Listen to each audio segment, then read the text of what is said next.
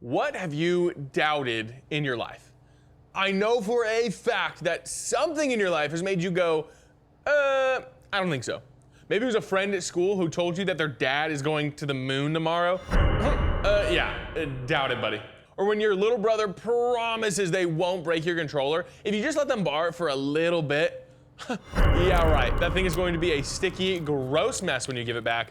No way. Or maybe it's even when your parents say, if you just tell me the truth, you won't get in trouble. Yeah, right, Mom. I know for a fact I'm gonna get grounded for locking my little sister outside all night. You can't trick me. Listen, no matter what it is, we've all experienced doubt in our life before. We've doubted something before. I mean, shoot, even Jesus faced doubt. No, for real, Jesus faced doubt. In our story today, Mark chapter 6, we see Jesus doubted constantly. Right from the start of Mark chapter 6, there's a bunch of dudes sitting around listening to Jesus, and they start to, doubt him a little bit. I mean, think about it. It's not that ridiculous to doubt this Jesus guy at the time, right? Imagine someone walks up to you and starts telling you that they're the Son of God and the Savior of the world. What? That'd be pretty hard to believe, no matter who it was. In Mark chapter 6, verses 2 and 3, it actually says, "Where did this man get these things?" the men say. "What's this wisdom that's been given to him? What are these remarkable miracles he's performing? Isn't this the carpenter? Isn't this Mary's son, the brother of James and Joseph and Judas and Simon? Aren't his sisters here with us?" And they took offense at him. So these guys are in the synagogue with Jesus, and they're listening to what he's saying, and they're doubting it all because they have no proof of what he's saying is actually true, right? All right, if I told you that I was the fastest man on the planet, what would you say? First of all, you'd probably say, "Obviously not, bud. Look at ya." But you know what else you'd say? You'd tell me to prove it. Yeah, prove it.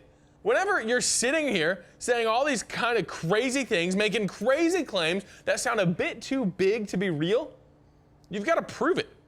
So in our story today, some people are in the synagogue, they're doubting what Jesus is saying, that he's the Son of God, and they're sitting there doubting it. But today, right here, right now, I've got someone doubting me. Nico. You see, Nico says he's better than me at what?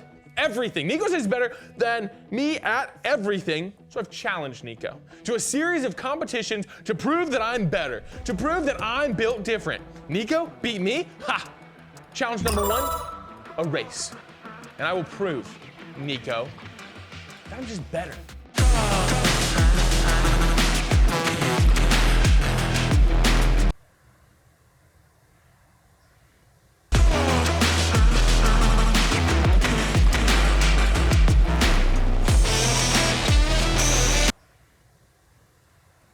Nico, are you ready?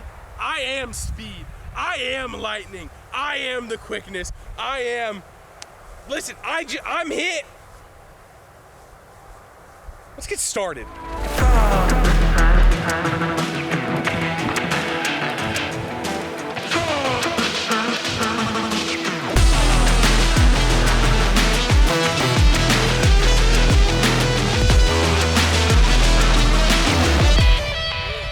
Shoe. Ah!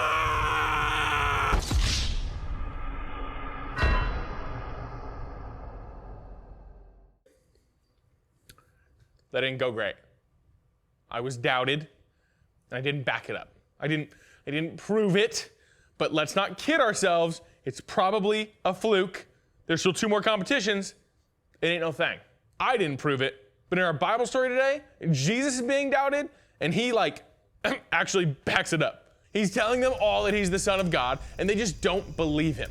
Well, later in the chapter, Jesus does something that proves he means what he's saying. See, Jesus was teaching a bunch of people, 5,000 people to be exact. And he was teaching for so long that it was way past dinner time. Everyone was hungry, but no one wanted to leave because they were hearing Jesus teach them in person.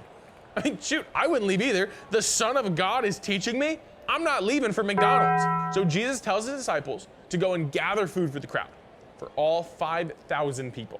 So the disciples kindly remind Jesus, "Hey buddy, there's 5,000 people here. To feed them all would take like half a year of working just to pay for it."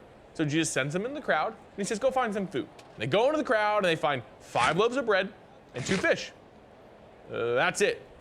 5 loaves of bread and 2 fish to feed 5,000 people. Obviously not gonna cut it, right? You would doubt it so much if someone told you otherwise. But Jesus, as always, he he proves it. He starts breaking the bread and separating the fish until all 5,000 people are fed. Yeah, all those people who doubted Jesus before, who said he wasn't the Son of God, Jesus just proves it to everyone. I mean, who else has that kind of miraculous power to show 5,000 people that he could feed them with 5 loaves of bread and 2 fish? Jesus was doubted, but he always proves it, every time. You know who else proves it? Me. Because I'm gonna prove for real this time that I'm better than Nico, that I'm that dude, I'm that guy, I am him. It's time for a trike race. What's up?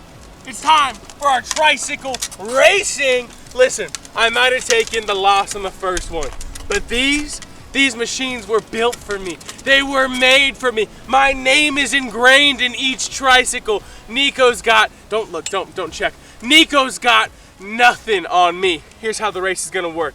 We're gonna start at that middle light pole. We're gonna weave in and out of all the barriers, the barricades, the obstacles. We're gonna get down to the second light pole, drift around. First one to get to the finish line on their second lap is the winner, which we all know. It's gonna be me. Nico, how does it feel to stare losing in the face? I am speed. Let's prove him wrong.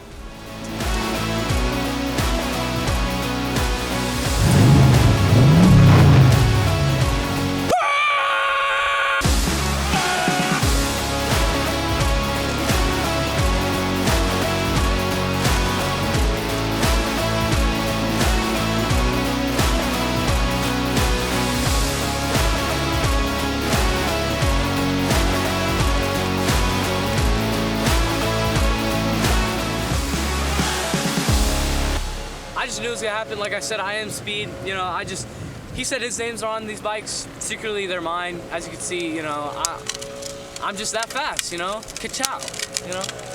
Don't talk to me!